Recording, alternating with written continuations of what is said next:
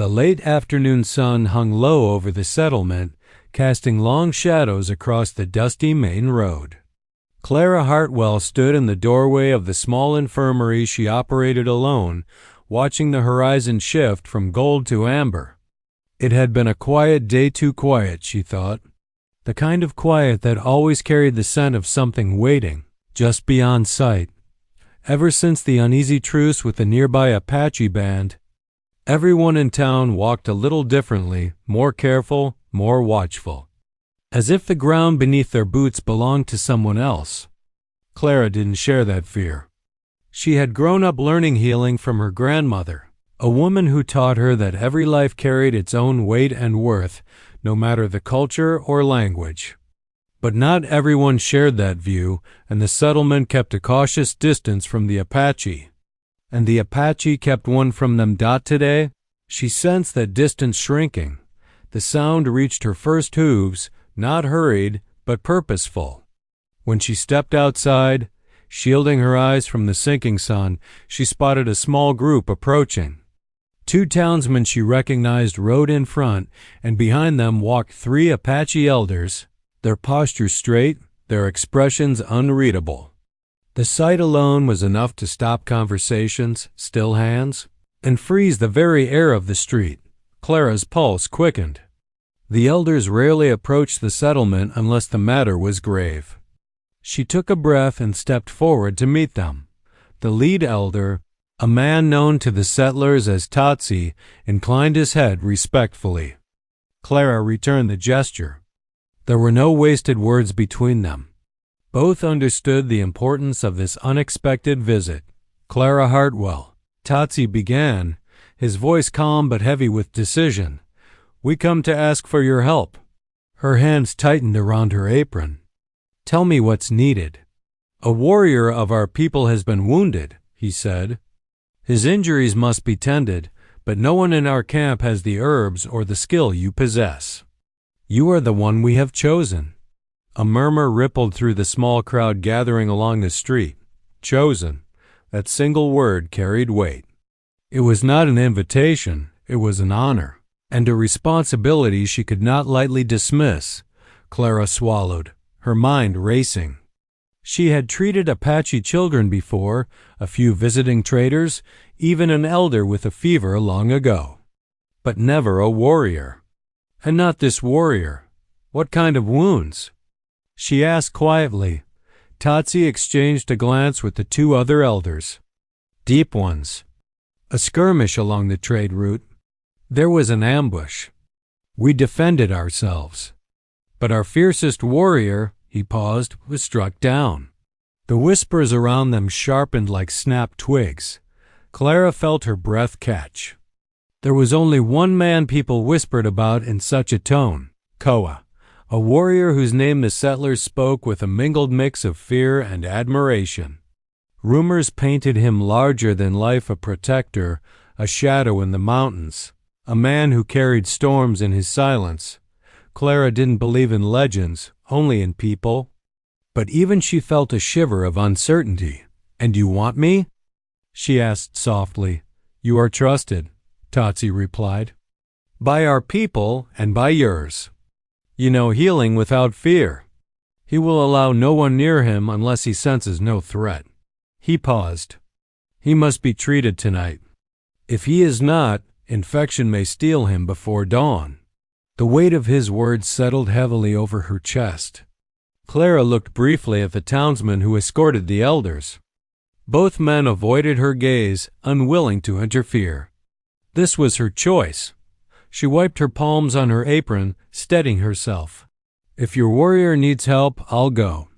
Relief flickered barely visibly across the elder's face. With a nod, he gestured for her to gather her supplies. As Clara packed bandages, herbs and salves into her leather satchel, the nervous hush in the air thickened. The townspeople stared, some with worry, others with suspicion. But no one stopped her. When she mounted the waiting horse beside the elders, a strange calm washed over her. The horizon ahead looked darker now, the first hints of night creeping in. Yet she felt no fear, only a question rising steadily within her. What kind of man waited for her in that Apache camp? And what would he allow her to see that no one else ever had? The journey to the Apache camp stretched across rugged land where twilight blurred hills into silhouettes. Clara rode between the elders, her satchel pressing against her hip, each bump of the horse a reminder of the responsibility she had accepted. The wind carried unfamiliar scents, burning cedar, sage, and the faint smoke of distant campfires weaving with the cool breath of approaching night. She had visited many sick rooms in her life, but she had never been summoned like this. Never for a man spoken of in near mythic tones. The Apache camp came into view, gradually quiet forms moving among firelight, horses tied in orderly rows, shadows passing before hide tents. Children, usually curious, remained close to their mothers. Warriors stood sharply alert, their eyes tracking Clara the moment she crossed the outer boundary. No one greeted her with hostility, but there was a seriousness in the air that made her sit straighter in the saddle. She felt like she had entered a place where every movement mattered. Taz dismounted first and extended a hand to help her down. "Stay close," he murmured. "You will go to him immediately." Clara nodded, clutching her satchel to her chest as she followed him through the camp. People moved aside for them, some respectfully, others with caution. She felt dozens of eyes studying her, measuring whether she was worthy to approach the man they all relied on. When they reached a tent set slightly apart from the others, Clara sensed instantly that she had arrived. A low burning fire cast a reddish glow across the canvas. A young warrior stood guard outside, his posture rigid, his jaw tight. Tatsi exchanged a few quiet words with him in their language. The young warrior's eyes flashed briefly with concern. Then he stepped aside. Clara took a breath and entered. The air inside the tent was warm, fragrant with sage and crushed pine needles. Shadows flickered across the hides stretched taut above her. And in the center, lying on a bed of woven blankets, was the man everyone had warned her about. Koa. The Fiercest, Apache. But fierce was not the first word that came to Clara's mind when she saw him. He was large. Yes, powerfully built, broad-shouldered even in repose, but the strength in him was dimmed beneath the pallor of blood loss. His chest rose unevenly, a shallow rhythm that told Clara his pain was immense. Fresh bandages wrapped his side, stained dark with blood that had seeped through. Clara froze for only a heartbeat before she moved closer. Koa's eyes were closed, but even unconscious he carried an aura of command, as though he was simply resting between battles. Deep scars marked his skin-faded lines of old wounds long healed. Someone had washed away the dirt and dust but left the final, delicate work to her. Taz stepped to Koa's side.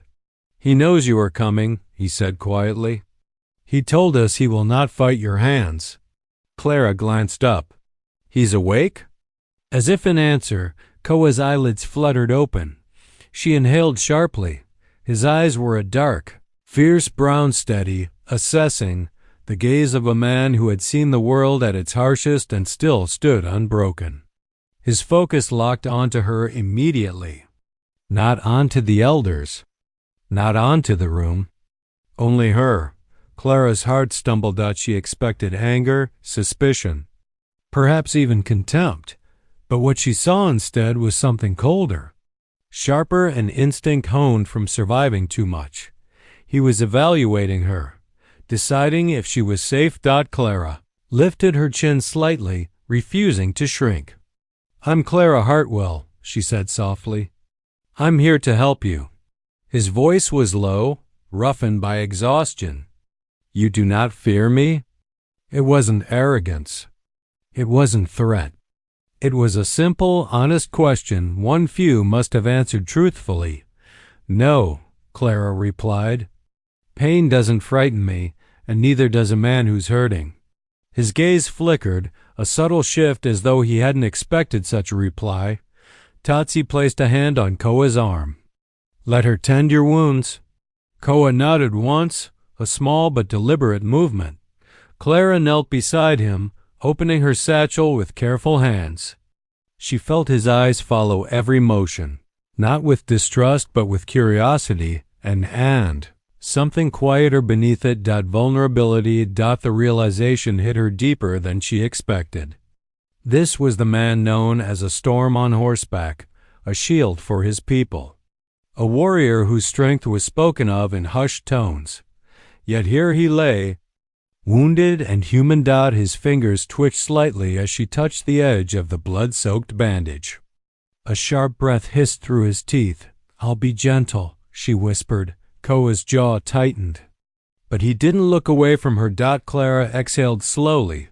This was the beginning, the first moment of a trust neither of them fully understood yet, but it had already begun forming. Quiet and undeniable, in the warm dusk-lit tent where the fiercest warrior watched a healer approach him with steady hands and unshaken eyes. Morning arrived gently over the Apache camp, painting the horizon in muted pastels.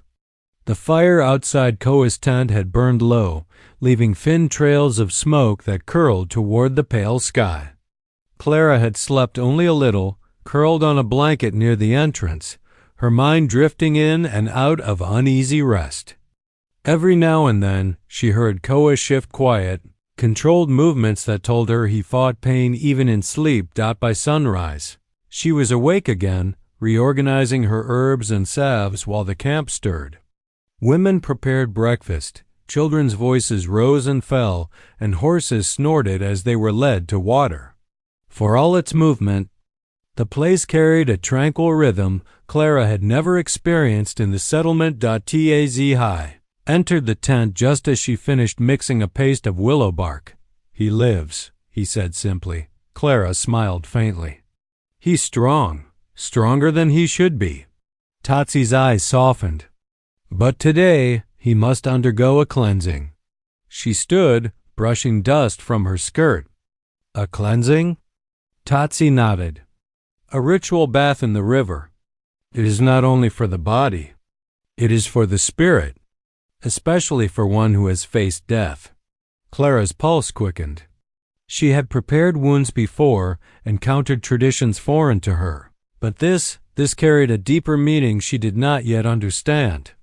"Koa will allow you to help him," Tatsy continued. "He has agreed." Her breath caught. He did? He gave his word.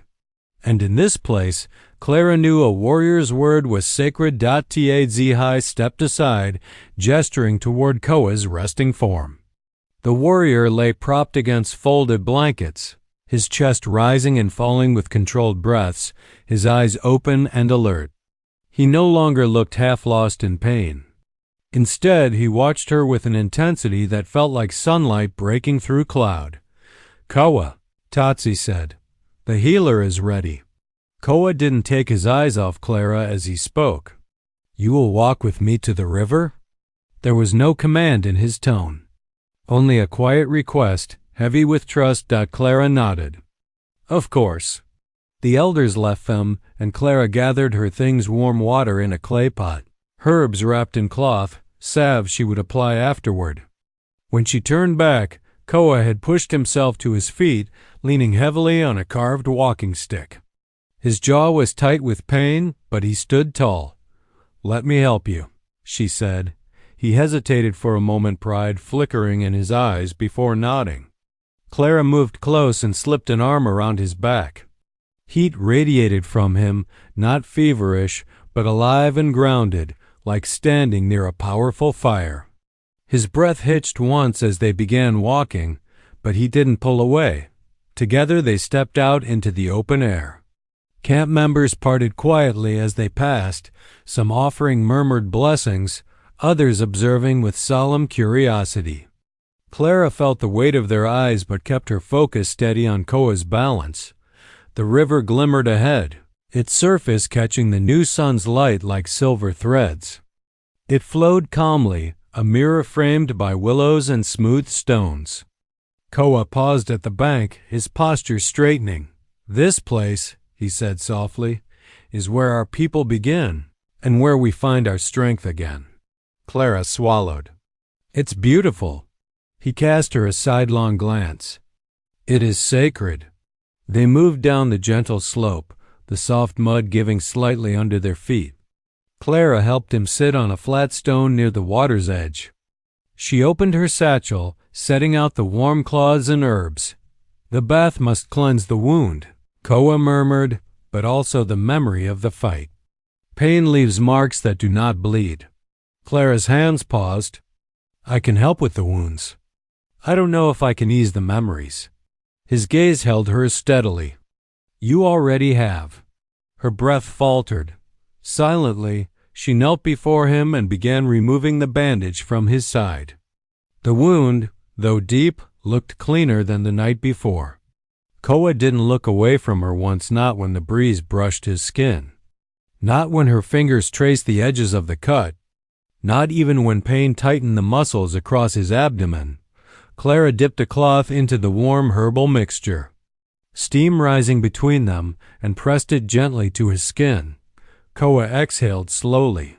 "Your hands, they do not fear me." "I told you yesterday," she whispered.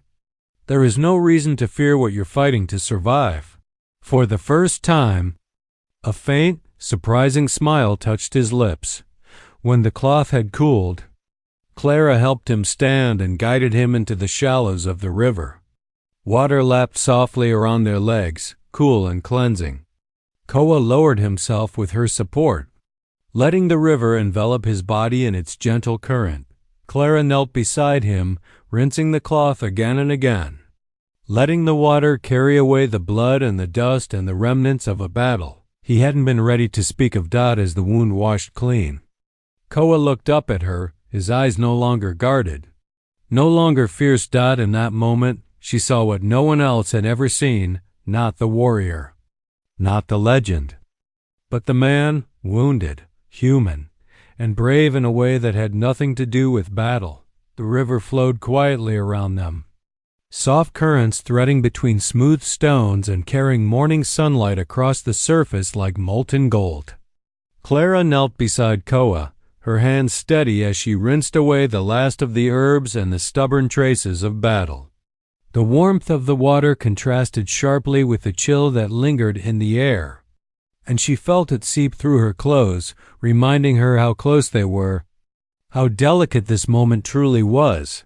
Koa stood partially immersed, shoulders tense at first, then gradually loosening under her careful guidance.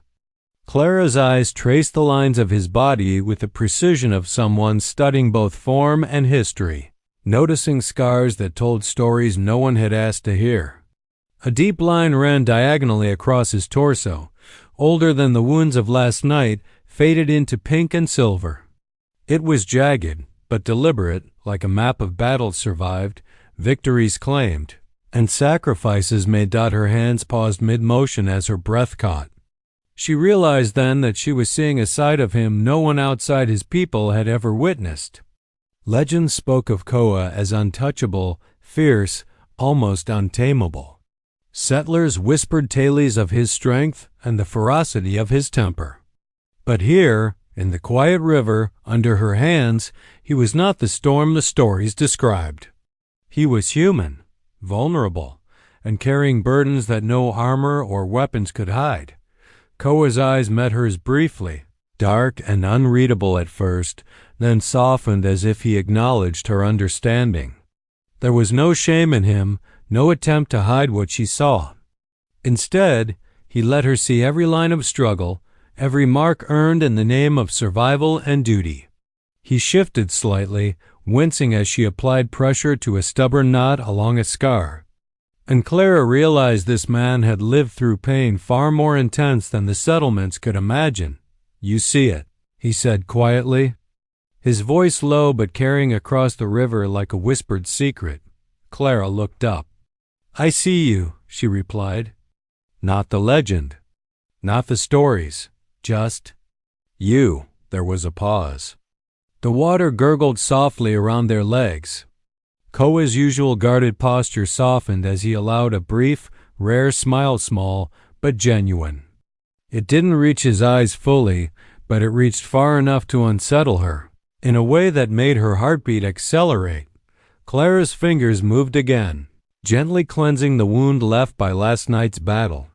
She felt heat radiate from him as he relaxed slightly in the water, and she realized this simple act, touching, washing, healing, was far more than medical necessity.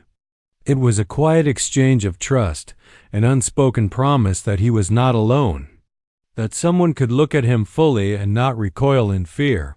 Her gaze fell again to the older scars, the ones carved into his side from battles fought long ago. One particularly deep line ran along his ribs, jagged and stubborn, a wound she could almost imagine how he received it. The way it twisted and healed spoke of endurance, of protecting others at his own expense. She felt the weight of that story, the weight of a man who had carried more than anyone outside his tribe could comprehend. "You have been through so much," she murmured, her voice barely above the river's gentle flow. Koa's eyes darkened with memory. "I have," he admitted. "Things most people, they do not understand, and I do not speak of them." Her hand stilled for a heartbeat. "I don't need the words," she said softly. "I can see them." He studied her in silence, as though measuring the depth of her honesty, the courage it took to meet him fully without flinching. For a moment, there was no barrier between them, no pretense, no fear. Just a warrior and a healer, two people connecting in a way that transcended the expectations of the world around them. Then he shifted slightly, testing the water and the comfort of her presence, and Clara realized something extraordinary. In the space of this quiet river, under her hands, he had allowed her to witness what no one else ever had. The man behind the legend, the warrior beyond the stories, the human beneath the armor of reputation. She swallowed, her heart catching. This was why she had been chosen. Not just to heal his body, but to see him fully. And in that sight, something fragile and powerful was born, the beginning of trust, and the first flicker of connection between two souls who had spent too long bearing the weight of the world alone. The river carried away the dirt and the blood, but Clara knew it could not carry away the truth she had glimpsed, the truth of Koa himself. Fierce yet vulnerable, untamed yet capable of opening his heart to another. And as she continued her careful work, she understood that nothing would ever make him entirely untouchable again. For the first time, someone had truly seen him, and he had not recoiled. The sun had risen fully, warming the riverbank and turning the water into a glimmering ribbon of light.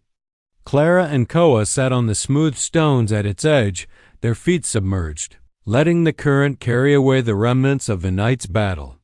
For a long moment, neither spoke. Only the rhythm of flowing water and distant camp noises filled the space between them. Yet it felt as intimate as any room in the settlement. Clara carefully reapplied salves to the edges of his wound, her hands steady but her heart still pounding in the presence of a man so formidable yet so human. Koa's gaze followed her movements, but he no longer held the tension that had marked every fiber of his body the day before. He allowed her to touch him, allowed her to see what no one else had ever been permitted to witness. "You do not flinch," he said finally, his voice low, carrying a mixture of surprise and something else Clara could not name. "I have never feared someone for what they've endured," she replied softly. "Pain is part of life. It doesn't define a person." Koa's lips pressed into a line as he absorbed her words. He had been trained to show no weakness, to allow no one into the quiet corridors of his pain. Yet here, under the open sky, he felt his defenses falter. He had not realized how heavy the burden of secrecy could be, how exhausting it was to carry the story of every scar alone. And now, a stranger, a healer, had seen him fully and did not recoil. "You understand." "Then," he murmured, almost to himself, "you see more than the wound." Clara met his gaze. "I see you," she said firmly. "Not just the body." the man beneath it, and I do not judge him for what he has faced." For a long moment, Koa looked away, eyes tracing the river as if searching for a way to measure this unfamiliar feeling. Finally, he exhaled, a slow release of tension Clara could feel radiating from him. "I expected you to flinch," he admitted, "to hesitate, to treat me as a story or a legend rather than a man. But you do not. And I cannot say how strange that feels." Clara's fingers paused over his arm. "It is because you allowed me to see it," she said gently. "Trust is a choice. You gave it to me without knowing whether I would respect it. That is bravery, too." He tilted his head, studying her expression. The corner of his mouth curved in a brief, private smile, a gesture both human and disarming. "Perhaps bravery is not only in the battlefield," he said quietly. "Perhaps it is in letting someone near you when no one else may." Clara nodded. She understood. His hands, so skilled in war, so steady in leadership, had never been used for surrender before. And yet here he was, surrendering to trust, to connection, to the quiet intimacy of shared vulnerability. "I will not betray your trust," she whispered. "Not in words, not in action. Whatever you show me, I will honor." Koa's eyes softened, and the tension in his broad shoulders eased. The faintest flicker of relief passed through his gaze, like a shadow lifting from a mountain. "You honor me simply by being here," he said. "Many others would not. Many others would see only the danger, the warrior, the fierceness. You see more. And I am grateful, though I did not think gratitude was possible for someone like me." The words hung in the air, heavy and warm. Clara felt a stirring within herself, a recognition that this moment, this act of mutual acknowledgement, was something rare. It was not friendship, not yet. Not love, perhaps. But it was trust, the kind that could reshape the boundaries of fear and legend alike. Koa shifted slightly, allowing her to adjust the salve one last time. "I will trust you further," he said, tone deliberate, measured. "I will let you continue to be near me, not only to tend my body, but perhaps to witness who I am." Clara's pulse quickened at the unspoken implication. He was extending more than consent. He was extending a piece of his life, his story, his guarded self. And she knew, with a quiet certainty, that the connection forming here was fragile, precious and rare. "I will be here," she said simply. "As long as you need me." Koa's gaze lingered on hers, the usual storm in his eyes replaced with something slower, steadier. There was acknowledgement, gratitude, and the first faint trace of something neither of them could yet name. Quietly blossoming between the gentle rush of the river and the soft warmth of the morning sun, for the first time in years, Koa did not feel alone. And for the first time, Clara understood the weight of being trusted by someone who had never been vulnerable. In that quiet riverbank surrounded by flowing water and rising sun, a warrior had opened his heart, and she had seen it fully, without fear. The peaceful rhythm of the morning at the camp was shattered by a distant, sharp cry carried on the wind like a warning. Clara and Koa were just finishing the ritual cleansing when Tatsi appeared, his face drawn and eyes troubled. A patrol had spotted smoke rising from the north, beyond the river's bend. Outlaws were moving, and their intent was clear raid, pillage, and bloodshed. Clara's heart tightened. She had spent the last hours seeing Koa as something more than a legend, more than a fearsome warrior. But now, in the open air with danger approaching, she realized how fragile that trust and their safety was. "They are coming," Tatsi said. "They will reach the camp before the sun climbs high. We must prepare." Koa's gaze swept the horizon, sharp and calculating, despite the weakness still visible in his side. "The river will slow them," he said, his voice low, steady, authoritative. "But it will not stop them. Everyone must be ready." Clara swallowed. Her hands instinctively tightened on the satchel of herbs still slung over her shoulder. She had never wielded a weapon in her life, yet the instinct to protect him, this man who had let her see all of him, was immediate, unyielding. The camp erupted into organized movement. Warriors mounted horses, scouts ran ahead to observe the enemy's advance, women corralled children, and fires were doused or redirected to prevent giving away positions. Clara moved alongside Koa as he issued instructions, her presence acknowledged with quiet respect by the men who knew his strength and command. "You will remain with me," Koa said quietly, leaning slightly against her as he adjusted his stance.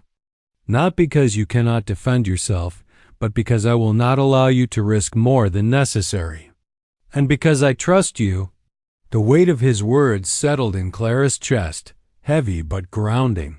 She had never been protected like this, not by her family, not by friends, not by anyone she had encountered in the settlement. And yet here, in the face of danger, she understood that this trust was not a courtesy, it was essential. Smoke began to curl from the horizon.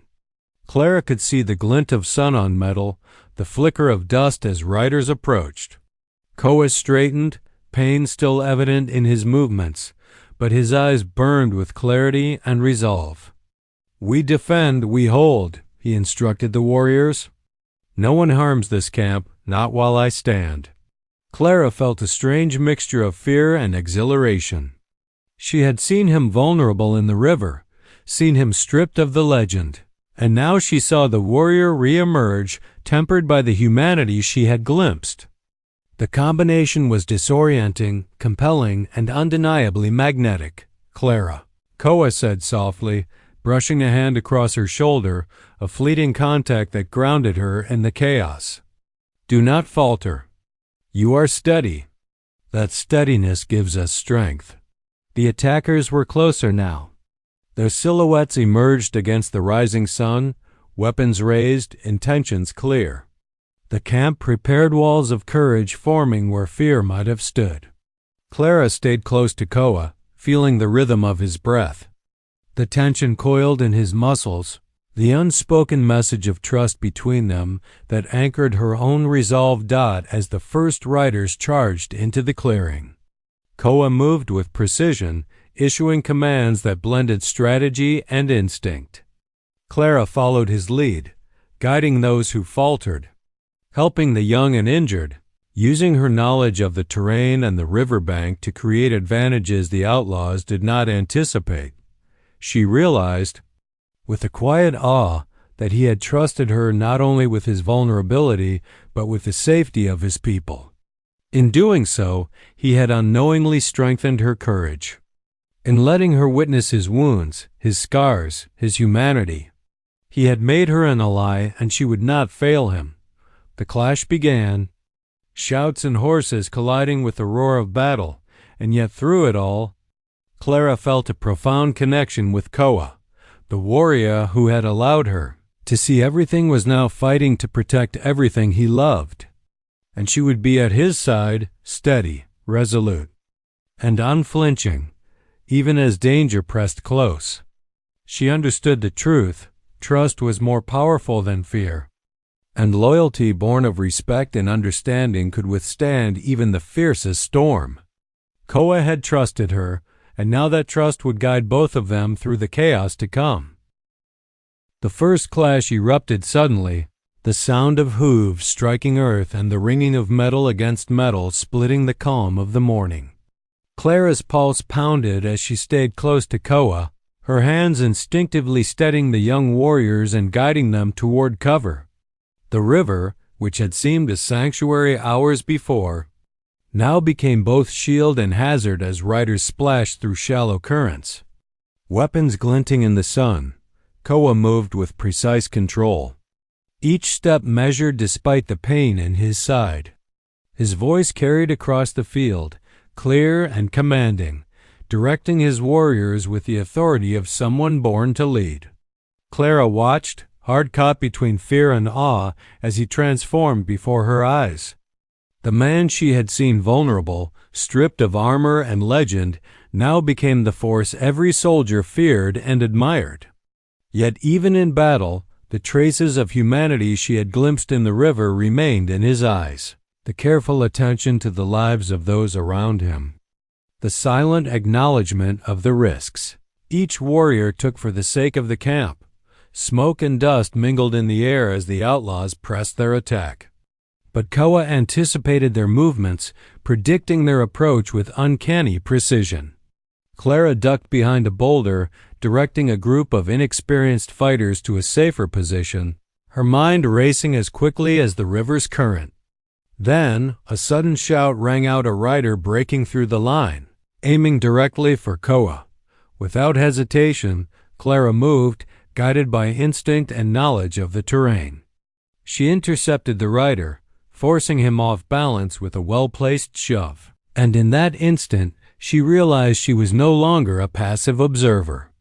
She was part of this defense, part of the trust Koa had extended to her.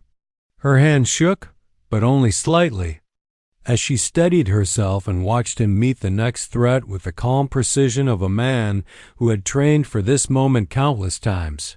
Koa's eyes found hers, for a fraction of a second, and she caught the look he had given her in the river, the silent acknowledgement, the unspoken gratitude.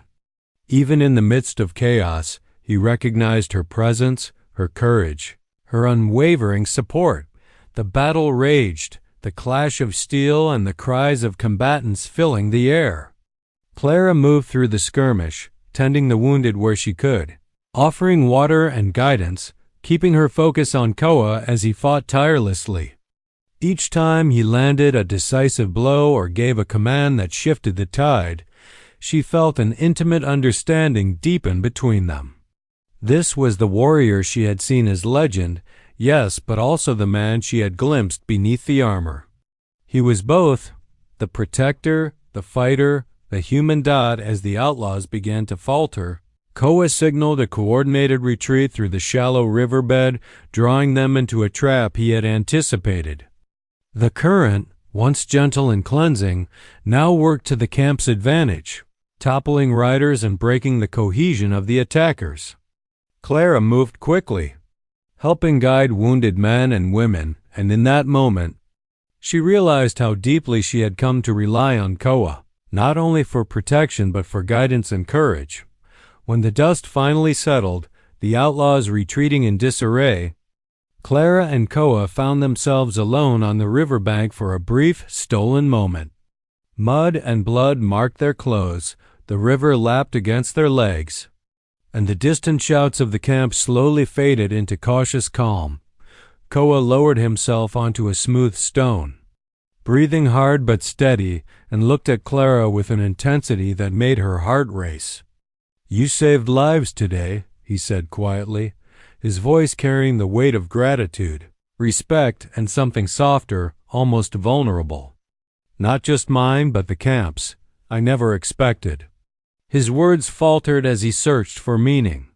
"I never expected to trust someone so fully, and to have that trust honored in such a way." Clara knelt beside him, letting her hands rest briefly on his arm, feeling the tension that had held him taut during the battle slowly release. "I only did what anyone who cared would do," she said, "but I am honored to be trusted by someone like you." For the first time, Koa allowed himself a genuine smile, fleeting but full of quiet revelation. "From the river to the battlefield, you have seen every side of me," he said. "Most people would only see the legend. You see the man.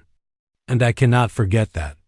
Clara's heart stirred at his words, the intensity of connection between them unspoken yet undeniable. In the crucible of battle, they had witnessed each other's strength, courage, and humanity. The warrior had allowed her to see everything, and she had proven that trust could endure even the fiercest storm. As the sun climbed higher, illuminating the aftermath of the skirmish, Clara understood something profound. She had not only healed his wounds but had become part of the trust and bond that now defined Koa's world. The revelation was clear and undeniable. They were no longer strangers, no longer separate lives intersecting by chance. They were bound by respect, courage, and the shared understanding of what it meant to be truly seen. The camp had settled into an uneasy calm, the echoes of battle fading into distant murmurs. The river that had carried both cleansing and conflict now sparkled in the afternoon sun, its surface reflecting the two figures who stood on the bank, Clara and Koa. The quiet around them was different from the morning. It was no longer just peace, but a space heavy with possibility. A fragile moment in which choices could be made, hearts laid bare. Koa stood tall, his side still tender from the skirmish but his posture steady, commanding even in repose. Clara's hands, once busy tending wounds, now rested lightly at her sides, her heart beating faster as she met his gaze. The river had revealed everything, the vulnerability, the humanity, the scars both visible and hidden, and the battle had proven strength and trust could coexist. Now, in the warmth of the late afternoon, there was a new question lingering between them. Unspoken yet undeniable. "You stayed," Koa said finally, his voice low, carrying a weight that made Clara's chest tighten. Through the river, the wounds, the battle, you stayed. Most would have turned away long before now. Clara stepped closer, the gentle lapping of water against their ankles echoing the rhythm of her own pulse. "I came because you needed me," she said softly. "Not because I had to, but because I wanted to. I have never been afraid of you, not for a moment." Koa's eyes softened, the fierceness replaced by something quieter, something more intimate. "And yet, most would fear me," he murmured. "They see the warrior, the legend, the scars. But you saw me. Every part. Even what I thought no one could bear to witness." Clara felt a shiver run through her. "I saw a man," she said simply. "A man who has carried more than anyone should, but who has the courage to keep moving forward. And I admire." For a long moment, Koa said nothing, studying her face as though reading the truth in her eyes. The wind stirred the willows along the river bank, brushing hair across her cheek, and she brushed it away, her fingers lingering slightly longer than necessary. His gaze followed her movements, steady, intent, unflinching. Finally, Koa reached out, a deliberate but careful motion, and brushed his hand across hers. The contact was electric, gentle yet commanding, a touch that spoke volumes more than words ever could. "Then stay," he said, voice husky, quiet, and filled with an uncharacteristic vulnerability. "Stay with me, with my people, with this life. See all of me and allow me to see all of you." Clara's breath caught. Her heart raced, but she knew without hesitation that the answer was clear. "I will," she said, her voice steady. "I will stay. Not because it is safe, not because it is expected, but because it is right. Because this us, it feels like home." Koa allowed himself a small, rare smile, one that reached his eyes and softened the hardened lines of his face. He lowered himself beside her on the riverbank, careful not to disturb the tenderness of the moment, but close enough that the warmth of his body brushed against hers. "I never believed anyone could see me fully and remain, but you are different." Clara's hand found his, and they held it together, a simple, grounding connection after hours of chaos, trust, and revelation. "I am not afraid," she said. "Of you, of this life, of what comes next. I will face it all with you." Koa exhaled slowly, the weight of solitude he had carried for years lifting slightly. "Then I am no longer alone," he said, voice low, almost a whisper. "And perhaps for the first time I am allowed to hope, to choose." The river flowed around them, carrying the remnants of past battles away, reflecting the late sunlight like liquid fire. Birds called in the distance, and the camp, once tense and fearful, moved in quiet harmony. A community alive with relief, gratitude, and a renewed sense of purpose. Clara and Koa sat together, hands entwined, sharing a silence that spoke louder than words. In that moment, the fierce warrior and the healer became more than their roles, more than the stories whispered about them.